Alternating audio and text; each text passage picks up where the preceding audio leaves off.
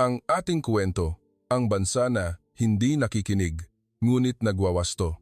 May isang linya sa kaayusan ng mundo na hindi dapat tatawirin. Ito ang pamantayan ng mga makapangyarihang bansa. Huwag kailanman questionin ang mga patakaran at sumunod ng walang pag-aalinlangan sa lahat ng direksyon. Ang mga bansang lumampas sa linyang ito ay walang dudang nagbayad ng malaking halaga at marami sa kanila ang naglaho na sa kasaysayan. Ngunit may lumitaw na isang lahi na patuloy na binabalewala ang bawal na ito. Hindi sila huminto sa kabila ng mga babala, nagpumilit silang tahakin ang daan na sinasabing huwag lakaran ng iba at palagi silang gumawa ng naiibang mga pagpili. Ang mga taong ito ay sadyang ayaw makinig.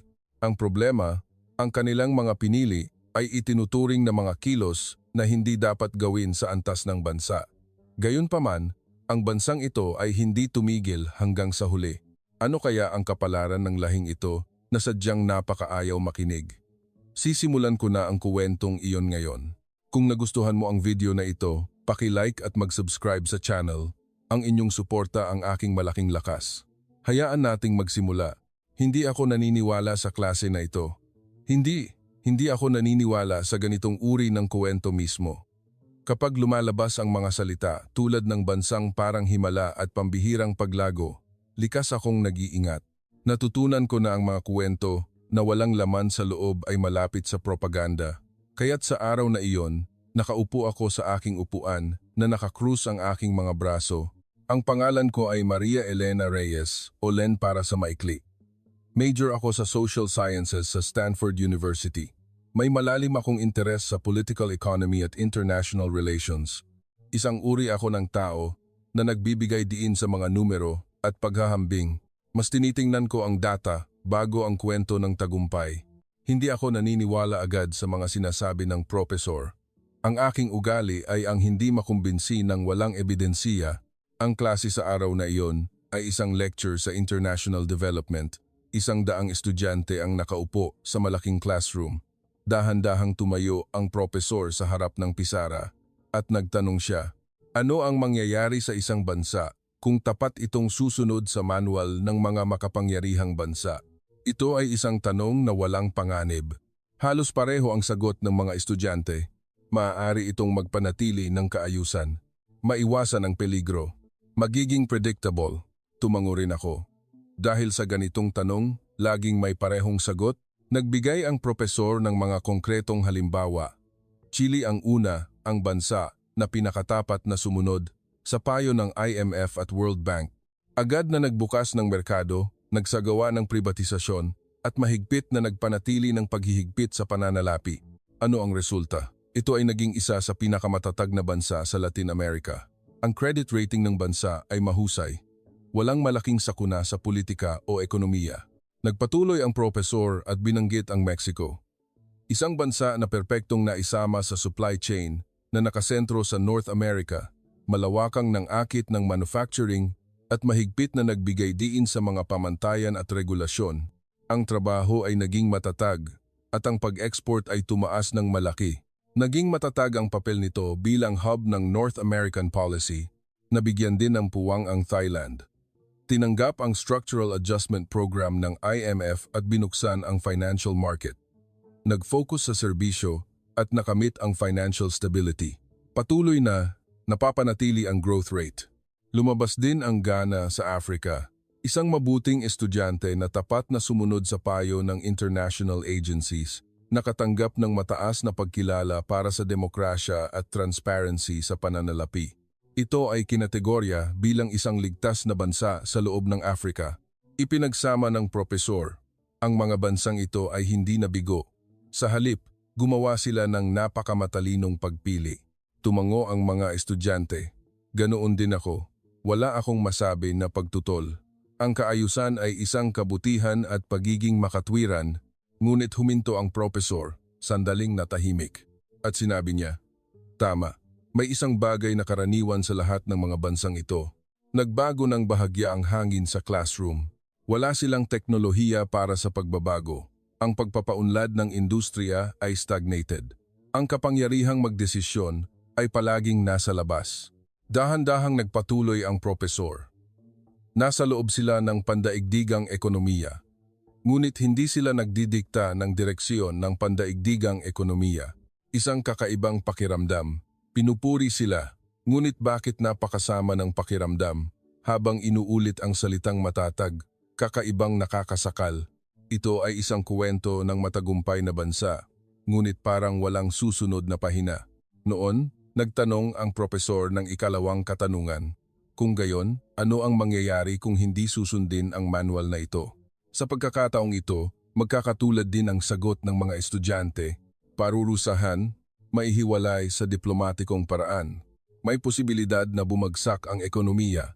Halos lahat ay nabibigo. Sa naisip ko, ang tanong na ito ay may nakatakda ng sagot. Alam natin kung ano ang mangyayari kung mag-assemble ng furniture ng walang instruction manual. Magkakaroon ng tagilid, may matitirang tornilyo at magiging unstable ang istruktura. Pareho lang ito, kotse man, appliance o eroplano. Ligtas kung susundin ang pamantayan, ngunit kung magbabago, magkakaroon ng aksidente. Kaya't tinuruan tayong sumunod sa manual. Ganoon din sa bansa, akala ko.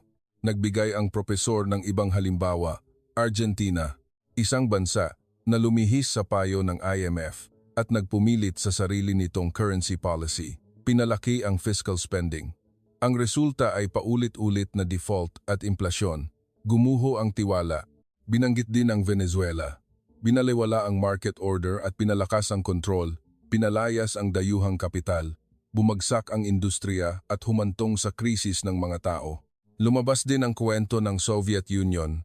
Ipinagbawal ang pag-uulat ng pagkabigo at hindi pinahintulutan ang pagbabago ng plano. Sinupil ang pagpapasya sa field. Nag-stagnate ang istruktura at sa huli, bumagsak ang sistema. Ipinagsama ng propesor. Halos lahat ng bansa ay talagang naglaho kung hindi sila nakinig. Hanggang noon, naniniwala ako na ang ibang pagpili ay ang pinakamasama. Ang common sense ay ang makakamit ang kaayusan kung makikinig ng mabuti. Totoo rin na halos lahat ay naglalaho kung hindi nakikinig. Muling nagsalita ang propesor. Halos lahat ng bansang tumanggi sa manual na ito ay nabigo. Ito ay isang katotohanan na hindi mapag-aalinlanganan. Tumango ang mga estudyante. Ganoon din ako. Ang ilan ay nagtatala. May hangin sa classroom na nagsasabing ito ay isang bagay na natural. Noon, nagtaas ng kamay ang isang estudyante na nakaupo sa harap. Propesor, kung gayon, hindi ba madali lang ang konklusyon? Mapanganib ang isang bansa kung hindi nakikinig. Ang ilang estudyante ay mahinang tumawa. Isang ngiti ng pagsang-ayon. Tumango rin ako sa sinabi ng estudyanteng iyon. Nagtaas ako ng kamay. Propesor, kung titingnan natin ang mga halimbawang ito, malinaw ang karaniwang punto. Hindi nakinig at naglaho. Hindi ba ito halos isang batas? Maraming estudyante ang nag-angat ng kanilang mukha. Naramdaman kong sinasalamin ng tanong ko ang iniisip ng lahat. Hindi lang pala ako ang nag-iisip nito. Hindi agad sumagot ang propesor. Sa halip, dahan-dahan siyang lumakad patungo sa pisara at isang salita lang ang isinulat niya. Dayaan. Humarap ang propesor at sinabi, ang karaniwang punto ng mga bansang ito ay hindi ang hindi sila nakinig. Naguguluhan ang classroom. Ang punto ay, tumanggi sila sa kaayusan nang hindi naghahanda ng dayaan. Isang katahimikan ang bumaba. Ito ang sandali na nagbago ang batayan ng tanong. Nagsimulang maglinaw ang propesor isa-isa. May pattern ang mga bansang nabigo. Mabilis ang deklarasyon ng kalayaan, ngunit mabagal ang kakayahan na magwasto. Ang responsibilidad sa pagkabigo ay palaging inililipat sa labas. May bumulong na estudyante. Kung gayon, hindi ito issue ng tapang kundi.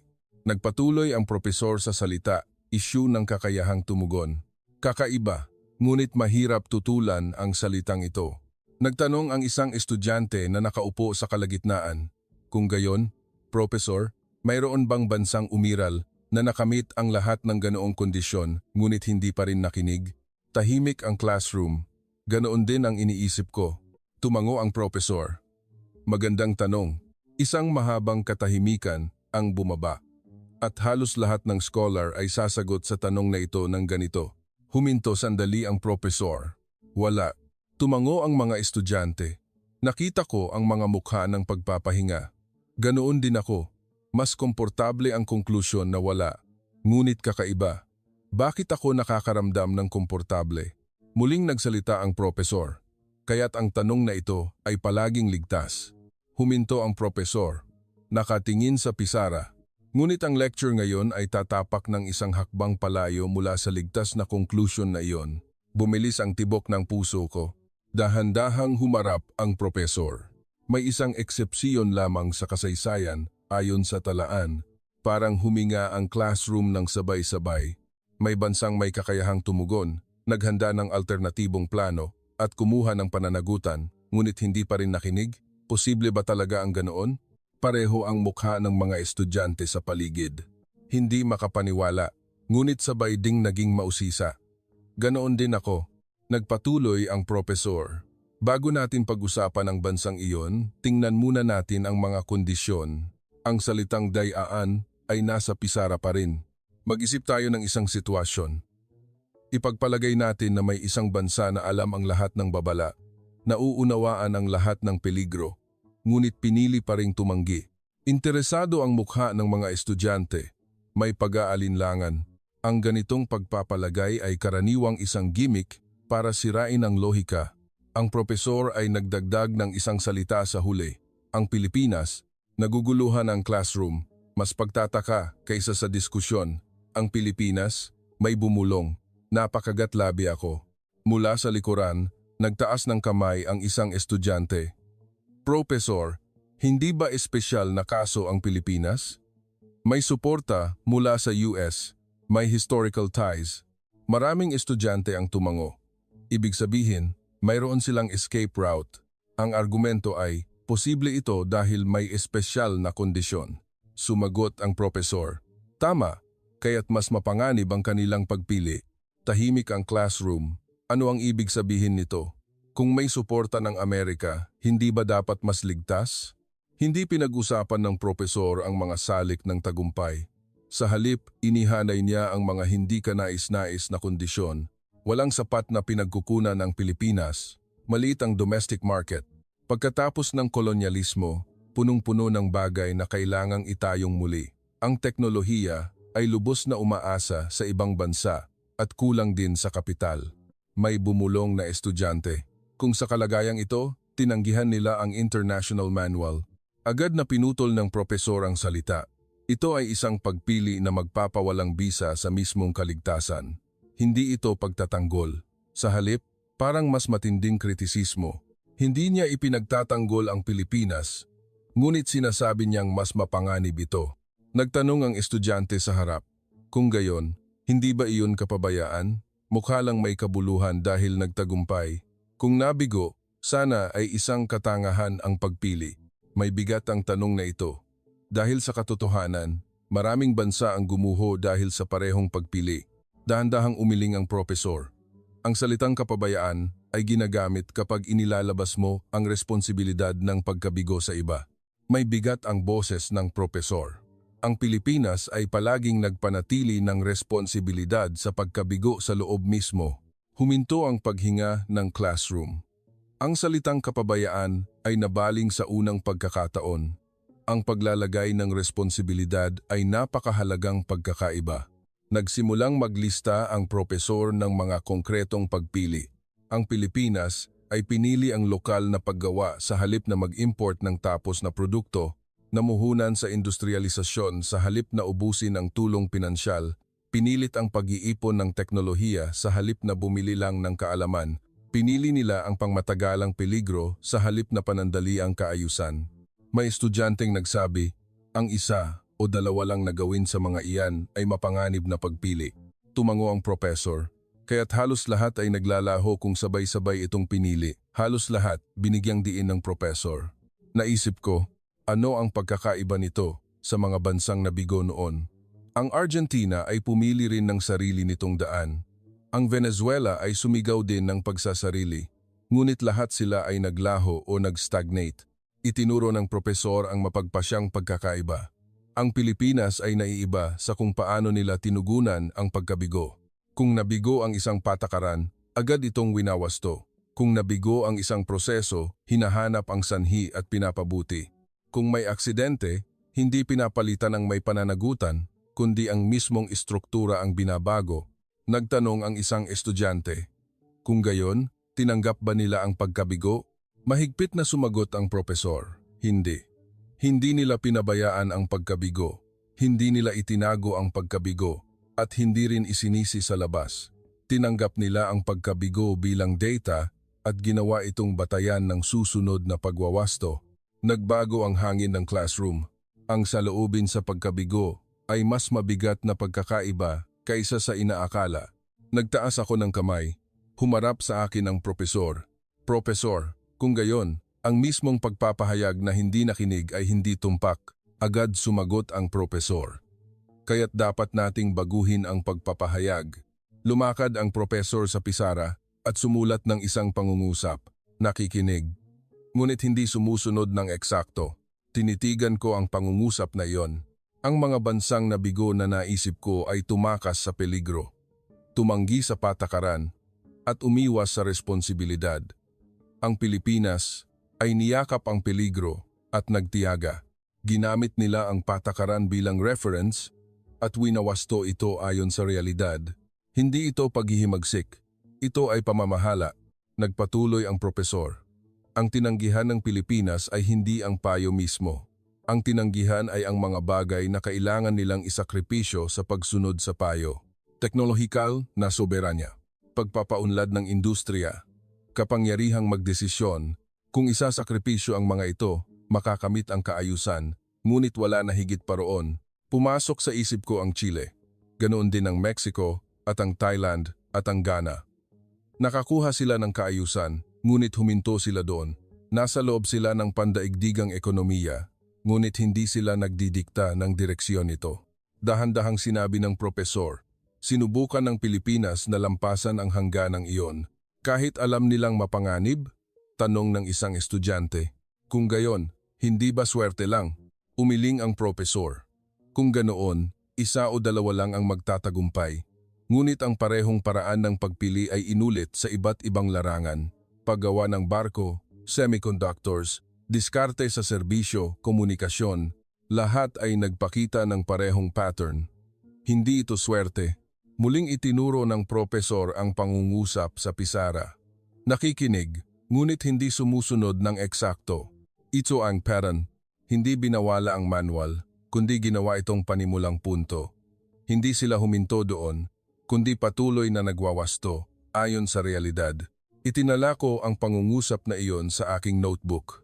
Nawala ang pagdududa, nanatili ang batayan. Sa huli, sinabi ng propesor, ngayon, ang problema ay hindi kung bakit sila gumawa ng ganoong pagpili. Huminto sandali ang propesor, kundi kung paano nila nakayanan ang ganoong pagpili. Anong istruktura ang nagparami ng paraang ito?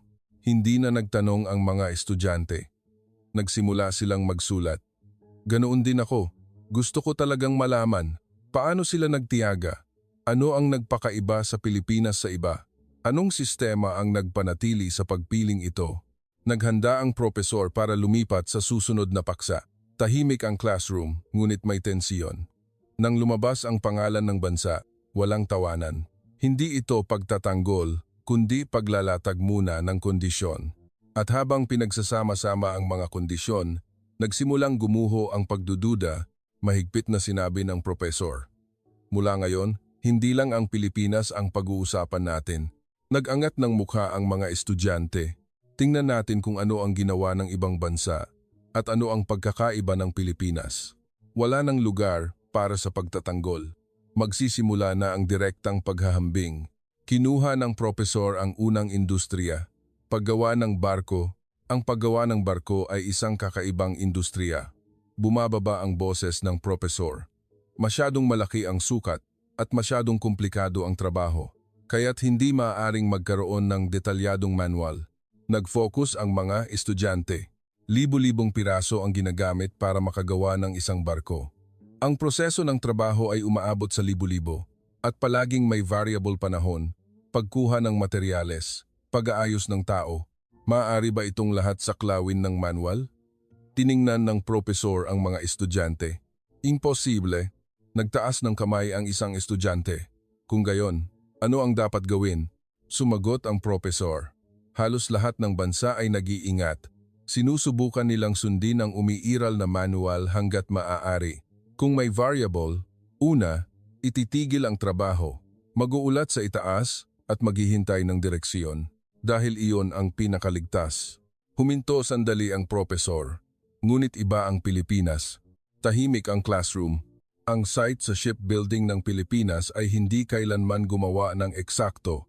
Kung may mas magandang paraan, agad itong sinubukan. Gumamit ng pagkamalikhain para matapos ng mas mabilis. Patuloy silang lumikha ng mga bagong paraan. Nagtanong ang isang estudyante, kung gayon, hindi ba iyon mapanganib? Umiling ang propesor. Mapanganib. Ngunit nag-ako sila ng responsibilidad.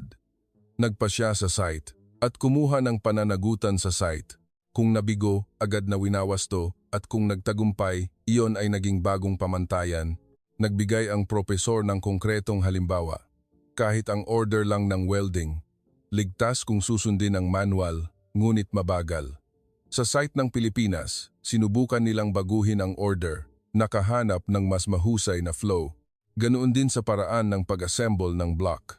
May itinakdang order, ngunit inayos ayon sa sitwasyon sa site. Ang resulta, malaking nabawasan ang oras ng trabaho.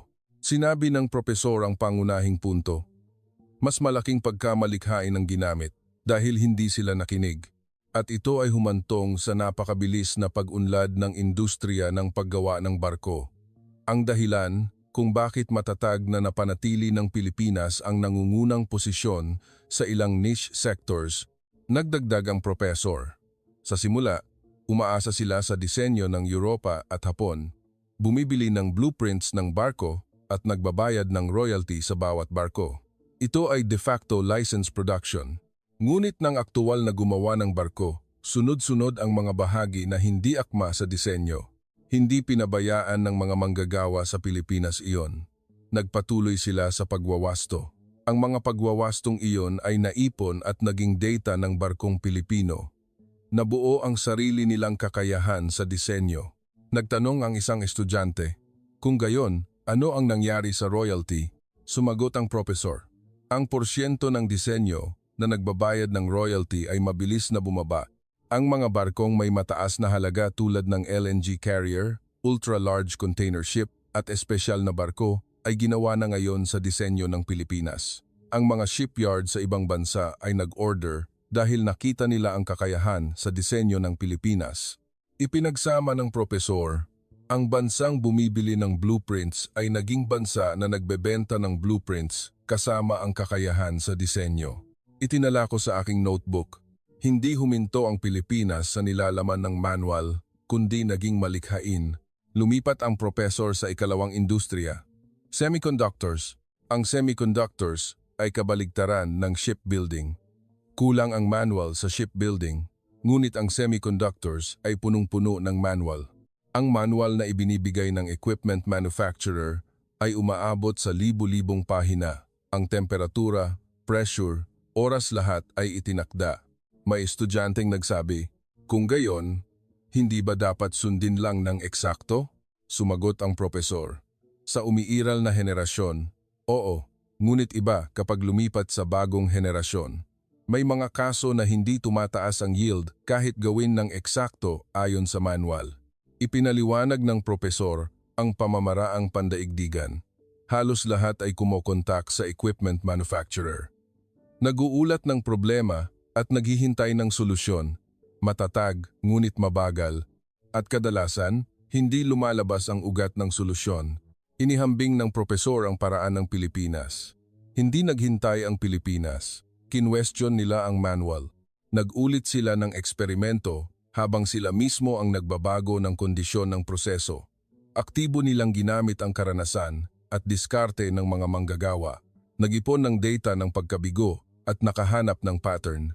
Nagkaroon ng lakas ang boses ng propesor.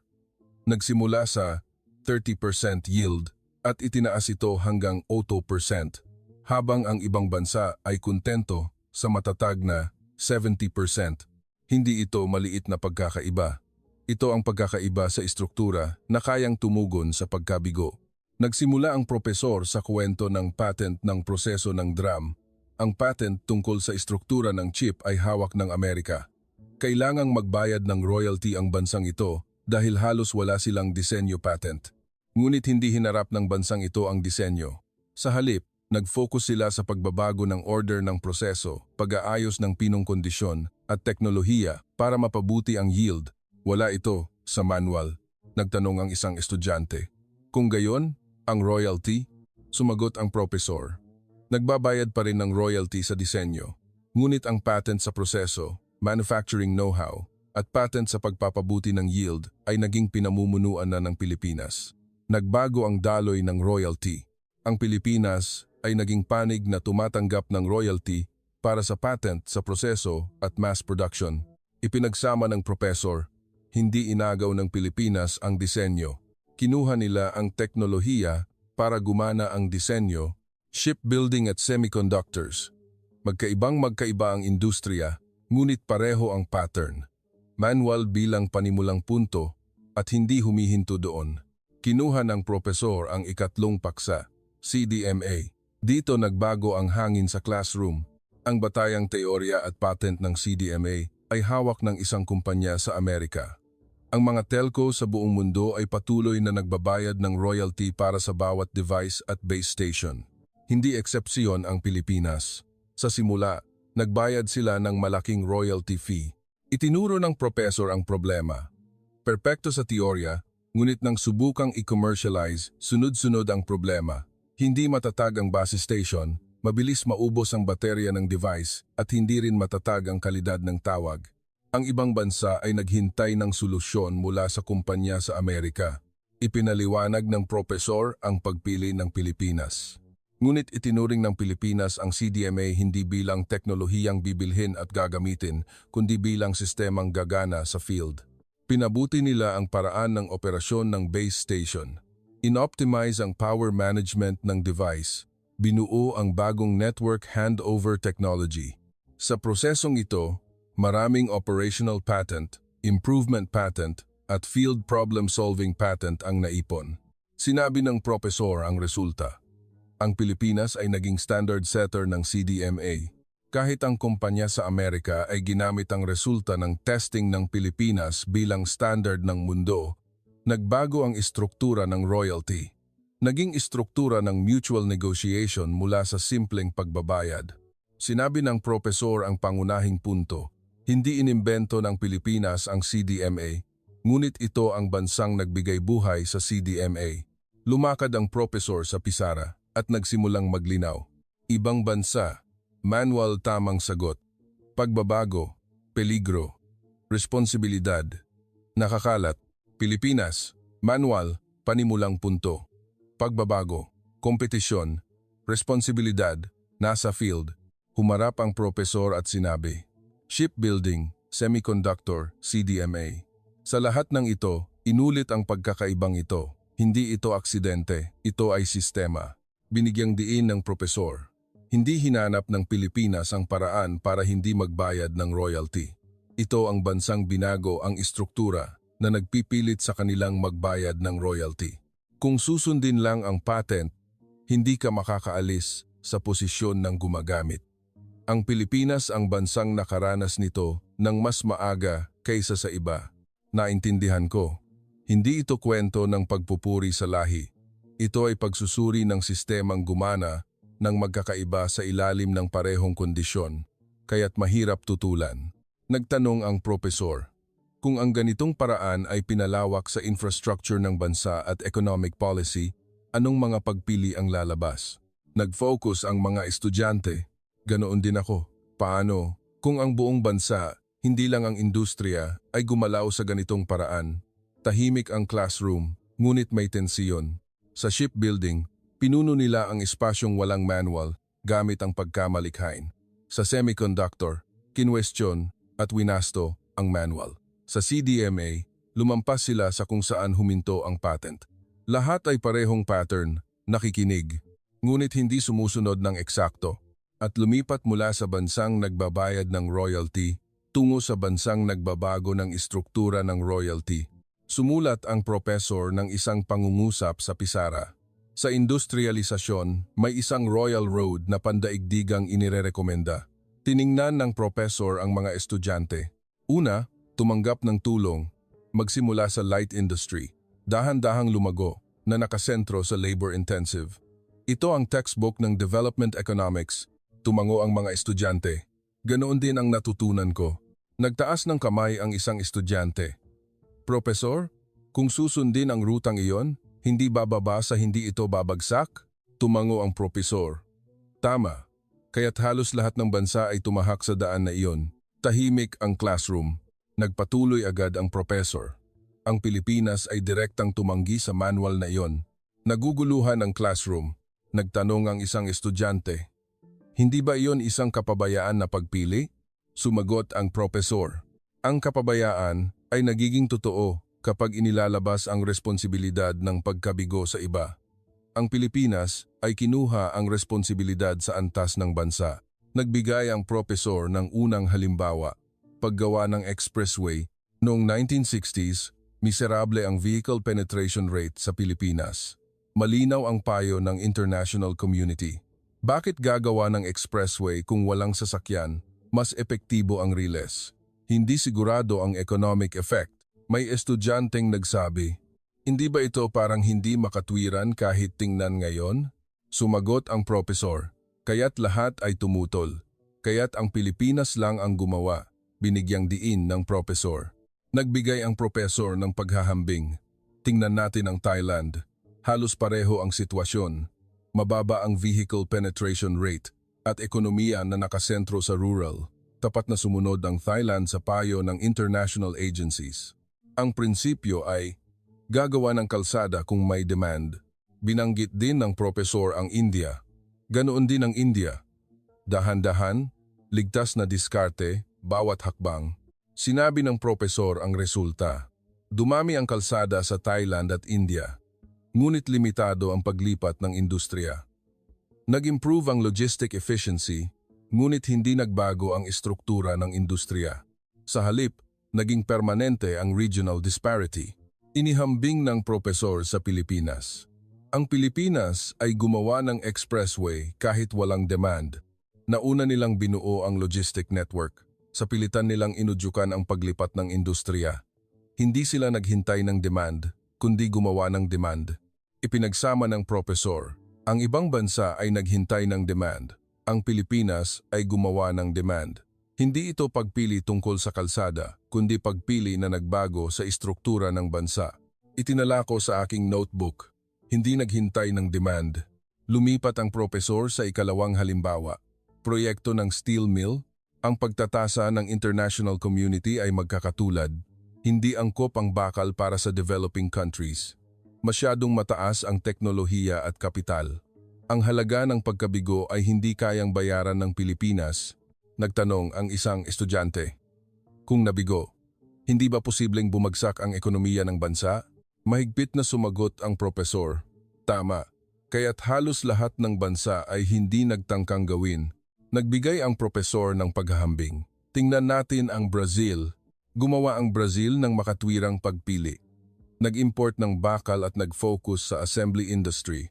Nang-akit ng multinational corporations. Nagpasya silang bilihin na lang ang bakal, binanggit din ng propesor ang Mexico. Ganoon din ang Mexico. Ito ay isang ligtas na pagpili. Sinabi ng propesor ang resulta.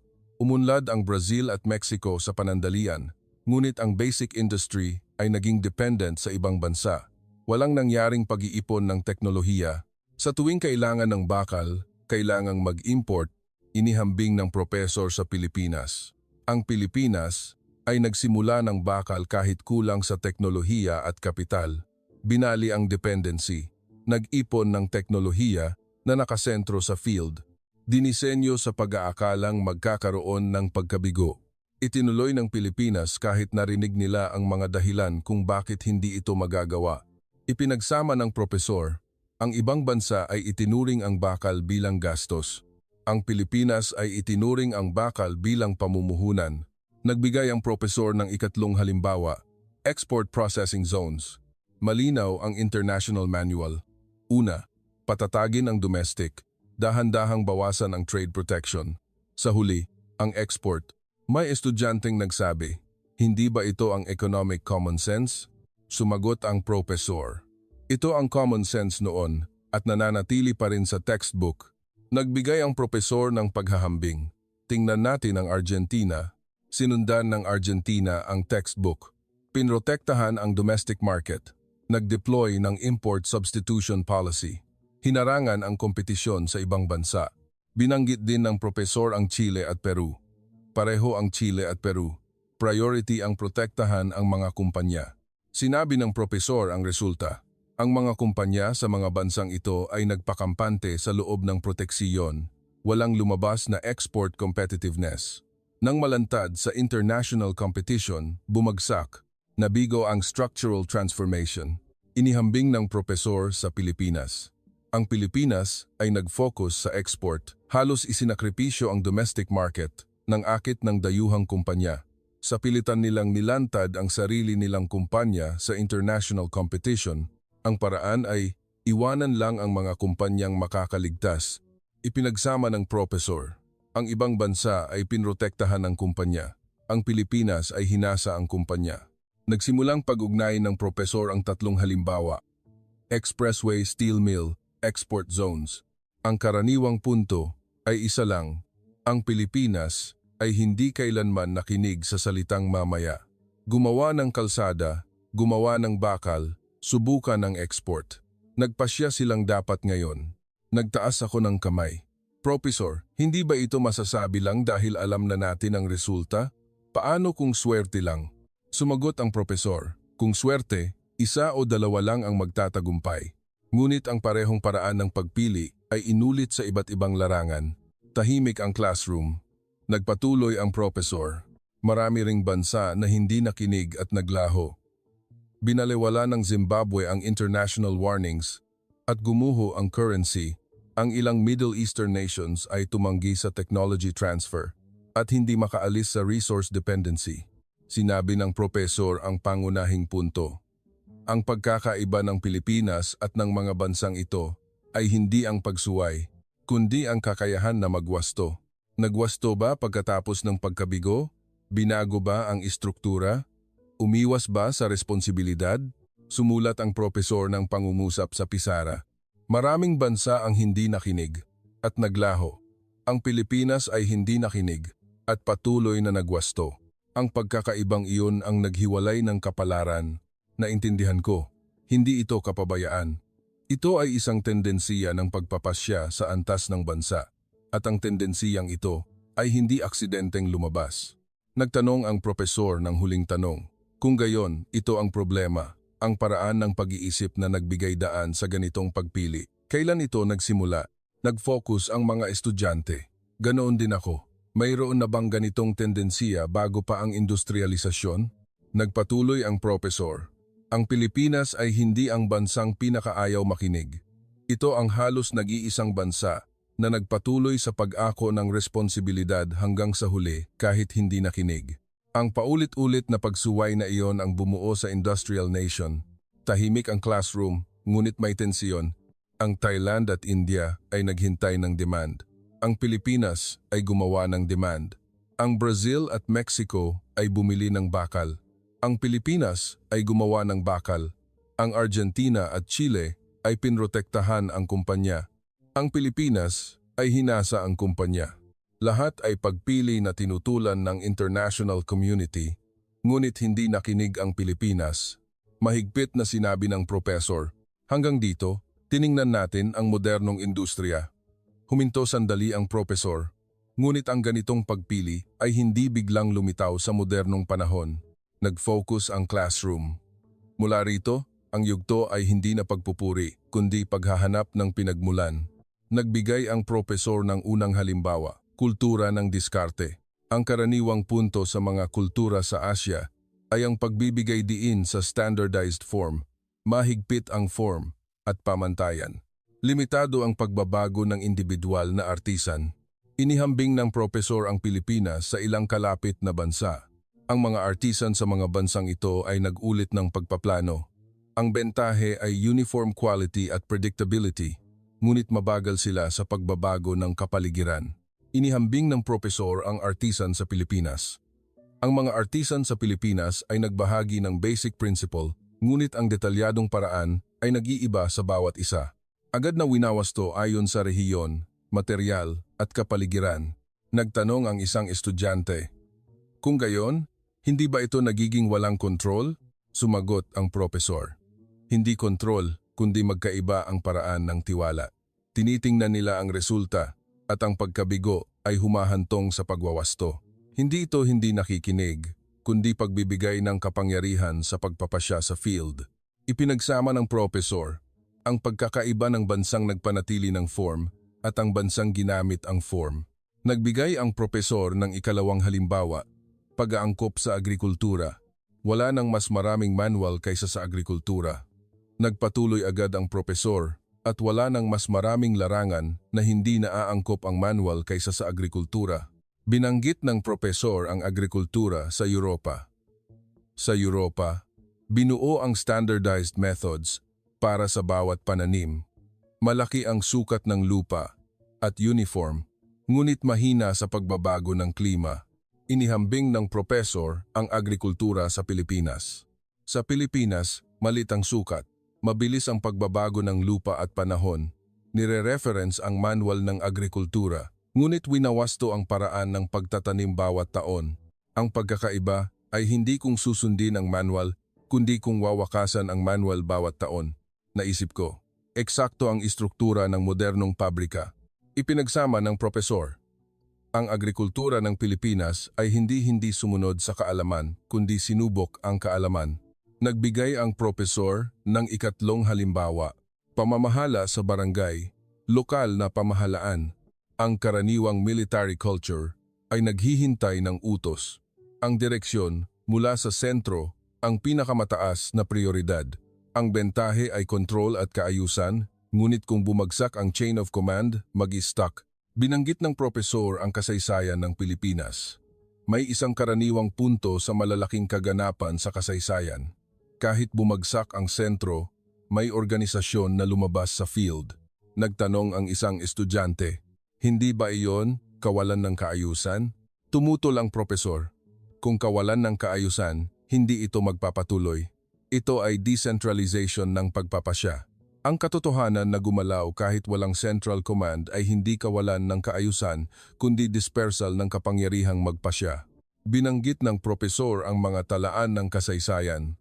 Ang pangunahing punto sa mga historical records ay hindi ang talaan ng tagumpay, itinala ang mga tutol na opinyon, ang mga nabigong patakaran, at ang proseso ng debate. Dahil ang layunin ay hindi karangalan, kundi ang susunod na pagwawasto, itinala ang pagkabigo bilang data, inilipat ng propesor ang kwento sa pang-araw-araw na buhay. Kapag nagtatayo ng bahay, nire-reference ang blueprint, ngunit winawasto ayon sa lupa. Kapag nag-assemble ng furniture, nire-reference ang manual, ngunit sinubukan ang mas matibay na paraan. Kapag nagluluto, nire-reference ang recipe, ngunit binabago ayon sa gusto. Hindi ito paghihimagsik. Ito ay ugali ng pakikialam. Sumulat ang propesor ng istruktura sa pisara. Alamin ang pamantayan. Mag-clash sa realidad. Huwag gawin ng eksakto, iwasto at i-apply. Mag-ipon ng resulta. Ang istrukturang ito ay inulit sa loob ng daan-daang taon. Naintindihan ko, ang mga Pilipino ay hindi ang lahing hindi nakikinig. Ito ang lahing hindi naniniwala ng eksakto sa sinasabi.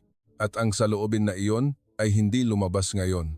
Kung gayon, ito ang tanong, bakit sumabog ang tendensiyang ito nang pumasok sa ika-20 siglo? Tahimik ang classroom. Ang ugali na naroon na sa loob ng daan-daang taon, bakit ito biglang sumabog? Ipinagsama ng propesor. Ang mga Pilipino ay hindi ang lahing natuto kung paano hindi makinig.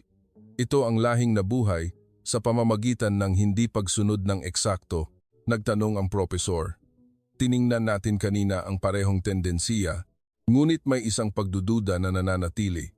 Bakit ang tendensiyang ito ay naging kaaway sa lumang panahon, ngunit naging sandata sa ika-20 siglo? Ang ibig sabihin ay nagbago ang kondisyon ng panahon. Sinabi ng propesor ng walang emosyon. Sa ika-20 siglo, walang opsyon ng dahan-dahan ang Pilipinas. Pagkatapos ng digmaan at kolonyalismo, lubusan itong gumuho. Walang nagpoprotekta at latecomer ito. Ang pagkabigo ay nangangahulugang agarang paglaho. Nagtanong ang isang estudyante, kahit ganoon, posible pa rin ang pagpili na umunlad ng konserbatibo? Sumagot ang propesor. Ang pagpiling iyon ay nangangahulugang una, mabuhay sa ilalim ng kalamidad. Sinabi ng propesor ang pangunahing punto. Hindi naman sa hindi takot sa pagkabigo ang lipunang Pilipino. Wala silang luho na matakot sa pagkabigo. Kung mabigo, agad nawawakasan, haharapin ulit, at ginawang pag-aaral ang prosesong iyon. Ang pagkabigo ay naging proseso sa halip na gastos. Binigyang diin ng propesor ang bilis. Ang esensiya ng compressed growth ay hindi ang mabilis na paglago, ito ang mabilis na pagwawasto.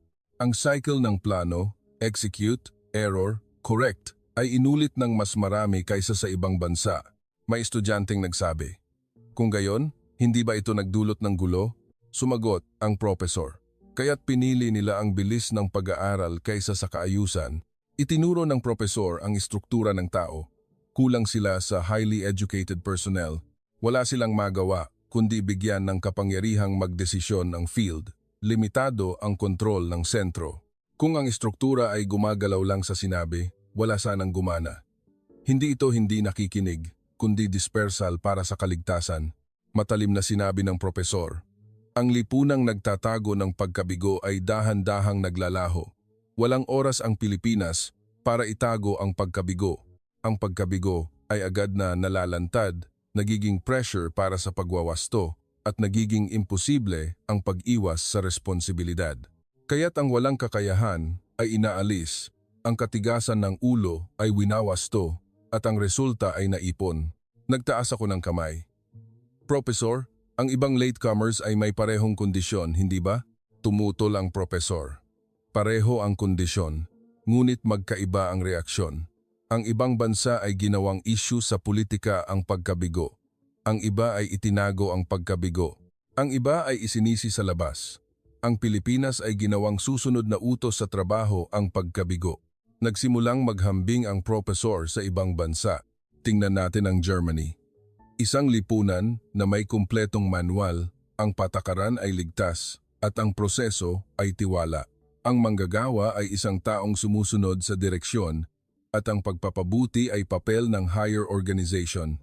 Ang pagwawasto ng kusa sa field ay itinuturing na insubordination. Ipinagsama ng propesor. Ang Germany ay hindi ang lipunang nagbabago ng field, kundi ang lipunang nagpapatatag ng field. Sa Germany, tinatanong kung bakit nagbago. Sa Pilipinas, tinatanong kung ano ang ikinabuti ng pagbabago. Iba ang mismong pagkakasunod-sunod ng tanong. Binanggit din ng propesor ang ibang advanced Asian country. Ang bansang iyon ay lipunan na nagbibigay diin sa seniority. Ang hindi pagsunod sa direksyon ay kawalan ng kaayusan sa organisasyon. Ang pagpapasya ng individual ay pambihira. Ang pagkabigo ay nakakaabala sa grupo. Ang pagpapabuti lang na napagkasunduan ang pinapayagan at ang agarang pagwawasto ng individual ay halos imposible, kaya't mabagal ang bilis ng pagbabago. Ipinagsama ng propesor, ang bansang iyon ay lipunang nakikinig ng mabuti, kaya't matagal itong naging malakas. Ngunit sa panahon na kailangang magwasto ng mabilis, iyon ang naging pasanin. Inuuna ng bansang iyon ang harmony. Inuuna ng Pilipinas ang resulta. Binanggit ng propesor ang France at Amerika. Ang France ay lipunan na pinaghiwalay ang disenyo at pag-execute. Ang disenyo ay ginagawa ng elite at ang pag-execute ay ginagawa ng field. Kung magpasya ang field, ito ay insubordination. Ang pagwawasto ng teorya ay papel ng higher up. Iginagalang ng France ang field, ngunit hindi nagbibigay ng kapangyarihang magdesisyon sa field. Ang Amerika ay nagmamahal sa pagkamalikhain, ngunit lipunan na nagpapataw ng responsibilidad sa individual. Kung lumihis sa regulasyon, may legal na peligro, at ang malikhaing pagwawasto ay nagiging liability bomb. Kaya't ang paglikha ay nangyayari lamang sa startups at ang malalaking organisasyon ay nagiging sobrang konserbatibo. Sinabi ng propesor ang pangunahing punto. Ang ibang bansa ay tiningnan ang individual na lumabag sa patakaran Ang Pilipinas ay tiningnan ang individual na nagbigay ng resulta. Sa Pilipinas, ang hindi pakikinig ay hindi isyu ng lipunan kundi bahagi ng proseso ng trabaho. Ipinagsama ng propesor. Ito ang forte ng Pilipinas. Hindi ang hindi pakikinig ng individual, kundi ang istruktura na pinapayagan ang pagwawasto ay nakaugat sa buong lipunan. Discretion ng field, mabilis na feedback, documentation ng pagkabigo. Ang DNA na ito ay sumabog nang hiningi ito ng panahon. Naintindihan ko. Ang himala ng Pilipinas ay hindi resulta ng talino. Ito ay produkto ng kapaligiran na nagpilit sa kanilang magwasto ng mabilis sa pagkabigo. Nagtanong ang propesor ng huling tanong. Kung gayon, ito ang susunod na tanong. Ang paraang ito ba ay gumana lamang sa loob ng Pilipinas? O gumana rin ba ito sa ibang kapaligiran? Nag-focus ang mga estudyante. Ganoon din ako. Sa isang lipunan, ang taong hindi nakikinig ay problema. Sa Pilipinas, ang taong nakikinig lang ang problema. Ang taong may parehong kakayahan ay naging bayani sa isang lugar at naging problema sa iba. Ang paulit-ulit na diskarte DNA ay naging sandata lamang sa ika-20 siglo. Sinabi ng propesor, may lugar para sa pagtatanggol sa tagumpay sa loob ng bansa. Maaaring sabihin na pareho ang kapaligiran. Huminto sandali ang propesor. Ngunit ang tagumpay sa ibang bansa ay imposible ang pagtatanggol. Ito ang tunay na validation section. Nagbigay ang propesor ng 3 kondisyon. Ang kapaligiran ay matindi. May pamantayan, ngunit hindi gumagana at marami nang naipon na kaso ng pagkabigo ang iba. Binigyang diin ng propesor. Ang mga advanced na bansa ay nauna nang humarap sa mga problemang ito at halos lahat ay nabigo. Nag-focus ang mga estudyante. Nagbigay ang propesor ng unang halimbawa, pagtanim ng palay sa Mongolia. Ang pagtatanim ng palay sa Mongolia ay isang hamon na paulit-ulit na nabigo sa loob ng mga dekada na una nang sinubukan ng mga advanced na bansa. Pinabuti ang uri ng palay, nag-invest ng kagamitan, at sinunod ang schedule ng pagtatanim ayon sa textbook. Sinabi ng professor ang resulta. Paulit-ulit na nabigo. Ang konklusyon ay, hindi akma ang klima. Nagtanong ang isang estudyante, kung hindi akma ang klima, natural lang ang resulta, hindi ba? Mahigpit na tumutol ang professor. Kinwestiyon ng Pilipinas kung bakit hindi ito magagawa. Pinaghiwa-hiwalay ang oras ng pagtatanim. Binago ang paraan ng pagpapalaki ng punla. Inayos ang sariling irrigation sa field. Nag-eksperimento sa pag-aakalang magkakaroon ng pagkabigo. Ipinagsama ng propesor. Hindi binago ang manual, kundi gumawa ng manual. Ang resulta ay nagtagumpay sa pagtatanim ng palay at kumalat sa lokal. Hindi nakinig, kundi binago ang sagot mismo. Lumipat ang propesor sa ikalawang halimbawa, agrikultura sa disyerto at gitnang silangan. Ang agrikultura sa disyerto ay imposible ang tanggap na ideya, nagtangkang gawin ng mga advanced na bansa. Gumawa ng malalaking smart farm, nag-invest ng mamahaling kagamitan at humingi ng panandali ang resulta. Sinabi ng propesor ang resulta, imposibleng panatilihin, nabigo ang pagpapakalat sa lokal. Ipinaliwanag ng propesor ang paraan ng Pilipinas. Ang Pilipinas ay nag-eksperimento ng paulit-ulit sa maliit na sukat, dahan-dahang pinaghiwa-hiwalay ang kondisyon ng asin at tubig at inayos na nakasentro sa lokal na tauhan. Sinabi ng propesor ang pangunahing punto. Hindi pinatunayan ng Pilipinas na kaya sa disyerto, kundi tumpak na tinukoy nila ang hangganan ng hanggang saan ang kaya. Naging sustainable at lumawak ayon sa lokal. Nagbigay ang propesor ng ikatlong halimbawa, integrated project ng infrastructure at agrikultura sa Africa. Ang mga advanced na bansa ay nag-e-transplant ng kumpletong modelo. Umalis sila kapag tapos na ang proyekto. Sinabi ng propesor ang resulta. Nabigo sa pagpapanatili. Bumalik ang lokal sa dependency. Inihambing ng propesor ang paraan ng Pilipinas. Ang Pilipinas ay nag-analisa muna sa kondisyon ng lokal. Indisassemble ang standard model at inilipat ang paraan ng operasyon. Nagdulot ng pagbabago sa kamalayan ng mga lokal. Alam nila na hindi sapat ang teknolohiya, kundi dapat magbago mula sa espiritu. Nagtanong ang isang estudyante. Hindi ba ito isyu ng isip kaysa sa teknikal na kakayahan? Agad sumagot ang propesor, kaya't ito ang pinakamahirap matutunan. Ipinagsama ng propesor ang tatlong halimbawa. Hindi nagdala ng tamang sagot ang Pilipinas. Nagdala sila ng kahandaan na magkamali. Pinahintulutan ang pagkabigo, winawasto sa field, at nagbahagi ng responsibilidad. Hindi ito paraan ng hindi pakikinig, kundi paraan ng hindi pagtatangka na dominahin ang problema. Ipinagsama ng propesor ang reaksyon ng mga bansang tumanggap ng tulong. Sinabi nilang gusto nilang matutunan ang paraan ng pag-iisip kaysa sa teknolohiya. Nalaman nila kung bakit hindi gumana ang kanilang paraan. Hinanap nila ang paraan ng Pilipinas. Iba ang direksyon ng paggalang. Naramdaman nilang hindi sila tinulungan, kundi magkasama silang lumutas. Nagtaas ako ng kamay. Propesor, kung gayon, nalampasan ba ng Pilipinas ang solusyon ng ibang makapangyarihang bansa? Sumagot ang propesor. Hindi. Nilutas nila ang problemang hindi nalutas ng iba, sa ibang paraan. Ipinagsama ng propesor. Ang ibang makapangyarihang bansa ay nagtangkang kumumpleto ng tamang sagot. Ang Pilipinas ay nagtangkang gawin ang tamang sagot na gumana. Kaya't ang mga bansang tumanggap ng tulong ay tinitingnan ang Pilipinas hindi bilang sponsor, kundi bilang nakatatanda. Tahimik ang classroom, Mongolia, disyerto, Africa. Sa tatlong lugar, inulit ang parehong pattern. Ang bansang nagdala ng sagot ay nabigo. Ang bansang gumawa habang nagwawasto ay lumutas. Nakita kong naghahanda ang propesor para sa susunod na hakbang, mahigpit na sinabi ng propesor. Sa hinaharap na mabubuhay kayo, walang kumpletong manual, tahimik ang classroom, masyadong mabilis ang teknolohiya, masyadong komplikado ang kapaligiran. Ang mga problema ay magkakaugnay.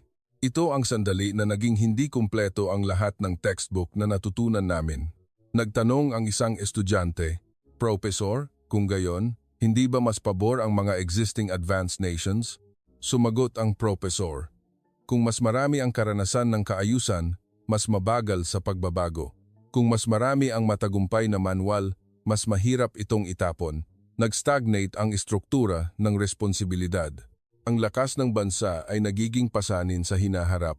Sumulat ang propesor ng tatlong bagay sa pisara. Pagbabago ng klima, pagbagsak ng supply chain, pagbabago sa istruktura ng populasyon. Ang karaniwang punto ng mga problemang ito ay walang tamang sagot, malalaman kung gumagana o hindi, pagkatapos lang subukan at iwasto. Nagtaas ako ng kamay. Kung gayon, magiging walang silbi ang mga patakaran at manual? Umiling ang propesor. Hindi, ang patakaran ay magiging panimulang punto, ngunit sa sandaling huminto doon, mahuhuli ka. Muling binanggit ng propesor ang pamilyar na istruktura. Alamin ang pamantayan. Mag-clash sa realidad. Huwag gawin ng eksakto. Iwasto at i-execute. Mag-ipon ng resulta. Hindi ito bagong diskarte para sa hinaharap. Ito ang paraan na ginamit na ng Pilipinas. Kaya't hindi ito kakaiba. Itinuro ng propesor ang mapagpasyang pagkakaiba. Ang naghihiwalay sa hinaharap ay hindi teknolohiya, kundi kung ang lipunan ay pinapayagan ang pagwawasto o sinisisi ang pagwawasto.